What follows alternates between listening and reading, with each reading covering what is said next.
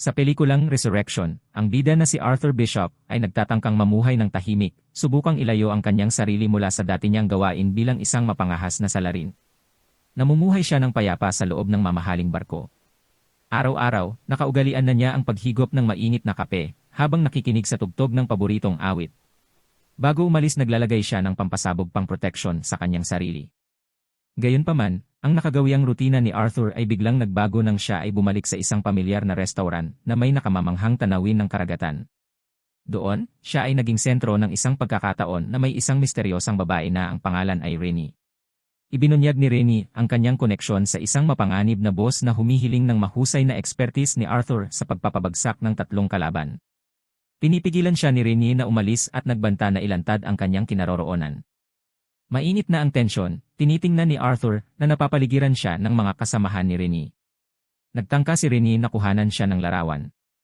Ngunit sa halip, sa isang mabilis na kilos, si Rennie ang nakuhanan niya ng larawan na ikinagulat ni Rennie. Bumunot ng baril si Rennie. Mabilis namang itinulak ni Arthur ang lamesa sa kanya para mapigilan siya sa paggalaw. At dahil sa kanyang lakas madali niyang nagapi ang grupo. Nakakuha si Arthur ng pagkakataon upang makatakas, tumalon siya sa bubong ng isang dumadaan na cable car. Galit na galit si Rennie, nagawa niyang habulin si Arthur. At tinangkapan nito na umakyat sa bubong. Ngunit naisip naman ni Arthur na tumalon sa likod ng dumadaan na hang glider. At natakasan niya sila. Kinagabihan, nakita niyang may mga taong umaaligid sa barko niya. Kaya't pinindot niya ang remote upang matrigger ang bomba na itinanim niya noong umaga. At sumabog ang barko. Pagkatapos noon, pumunta siya sa container yard, kung saan may sekreto siyang pinagtaguan ng gamit. Kumuha siya ng baril, mobile gadget at fake na passport.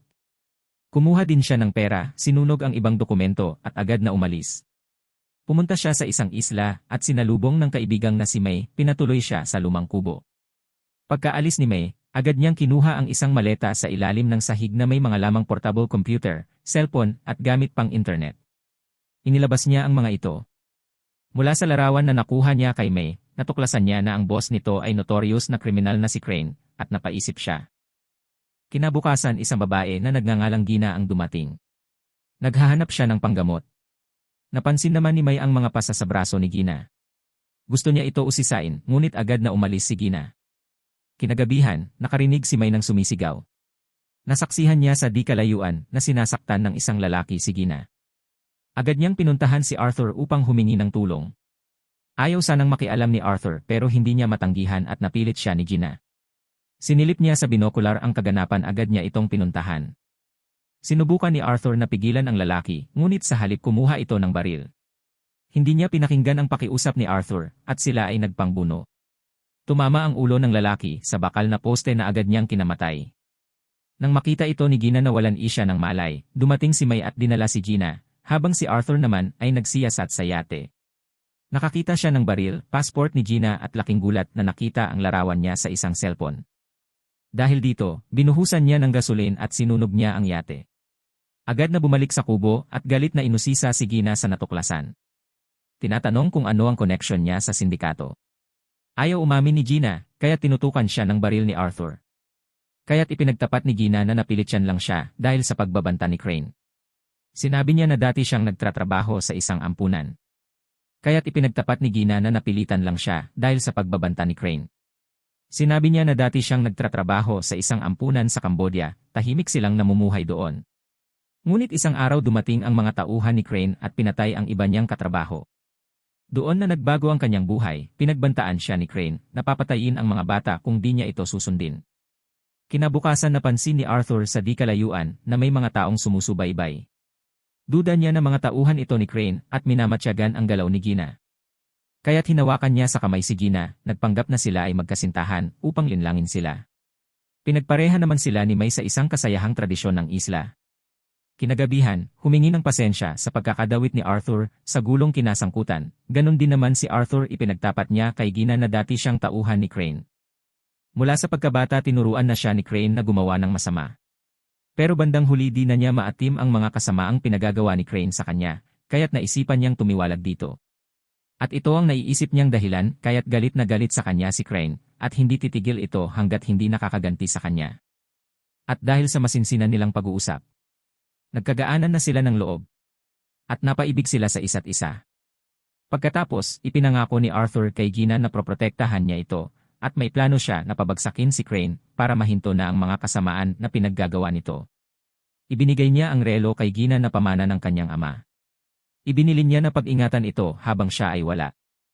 Ngunit hindi natuloy ang kanyang pag-alis dahil sa dumating ang isang grupo ng mga pulis. At nakilala ni Arthur na tauhan ni Crane ang mga ito. Sinubukan niyang labanan sila. Ngunit di niya ito kinaya. Tinangay nila si Gina. Nakipagsundo si Arthur na makipagkita kay Crane para sa kaligtasan ni Gina. Sa pagkakataong ito, binigyan ni Crane ng ultimatum sa Arthur. Para sa kaligtasan ni Gina, kailangan niyang sundin ang ipagagawa nito na patayin ang 3 tao na sagabal sa kanyang negosyo. Una ay si Krill, ang arm dealer na nasa protektadong lugar sa Malaysia. Pinagplanuhan ni Arthur ang mission.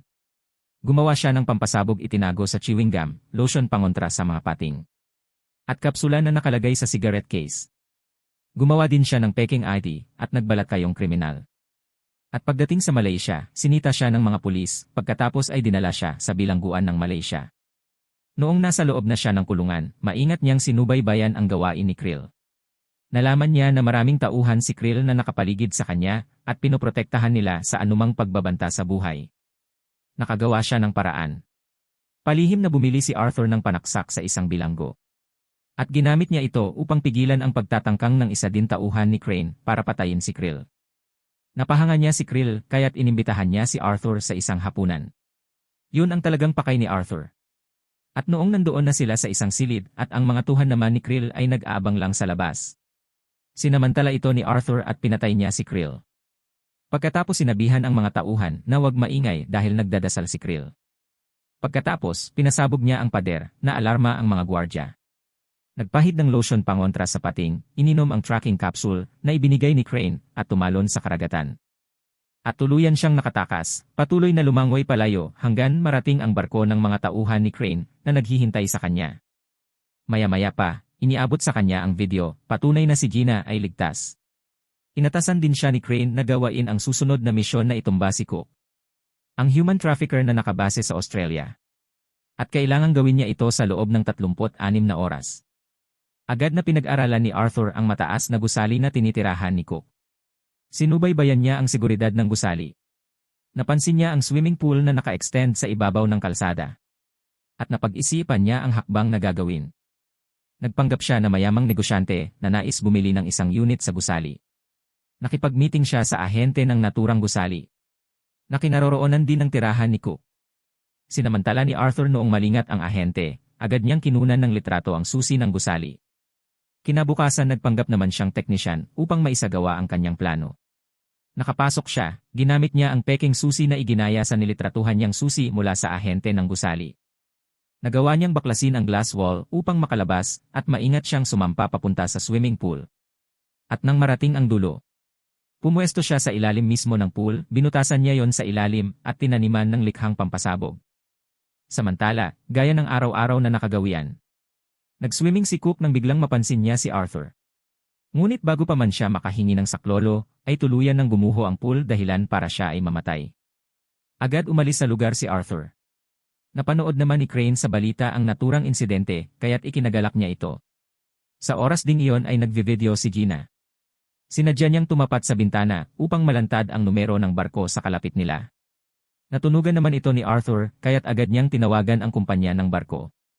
Nung mabatid niya ang eksaktong lugar, kumuha siya ng serbisyo ng isang helicopter at agad tinungo ang lokasyon dala ang mahahalagang gamit. Bago marating ang barko, tumalon siya sa karagatan at palihim na umakyat sa barko, isa-isa niyang pinatumba ang mga tauhan ni Crane. Natunugan naman ng ibang kasamahan. Sinubukan niyang iligtas si Gina, ngunit natalo siya ng mga ito. Biglang nagpakita si Crane, binantaan niya si Arthur na wag niya na ulitin ito. Masasaktan lang si Gina kapag nagtangka pa siya muli na gawin ito. Pagkatapos iniatas na sa kanya ang panghuling misyon. Si Max Adam, isang American drug dealer may malakas na grupo na nagproprotekta. Sa sariling pananaliksik, napagtanto niya na ang mga tao na pinapatumba ni Crane ay mga karibal na nagiging sagabal sa kanyang pagnenegosyo. Napaisip siya na parang mas lalo niya lang pinalakas si Crane kapag natapos niya ang misyon na pinapagawa ni Crane. Ganun pa man, itinuloy niya ang misyon. Binaril niya ang tauhan sa itaas ng kabilang gusali, at agad siyang sumakay sa nakaabang na helicopter. Nilagyan niya ng jamming device ang lugar para ma-disable ang mga kamera. Matahimik niyang itinumba ang mga tauhan, ngunit naalarma pa din ang ibang gwardiya, kaya't si Adam ay hinatid nila sa elevator papunta sa panic room. Sinira naman ni Arthur ang elevator upang sila ay maantala. Pagpasok ni Adam sa panic room ay dinatnan niya si Arthur at nakatutok ang baril sa kanya. Hinikayat ni Arthur si Adam na makipag-alyansa sa kanya upang pabagsakin si Crane. Mabilis na nakumbinsi si Adam at sumang-ayon sa mga plano ni Arthur. Nang biglang may sumabog malapit sa kanilang nilalakaran, dahilan upang mahulog sila sa tubig. Napaghandaan ito ni Arthur. Nailigtas niya si Adam gamit ang oxygen tank. Lumayo sila sa pinangyarihan hanggang napadpad sila sa dalampasigan. Napanood ni Crane sa TV pangyayaring pagsabog at ipinagpapalagay ng mga otoridad na si Adam ay natabunan sa loob ng gusali dahil sa pagsabog.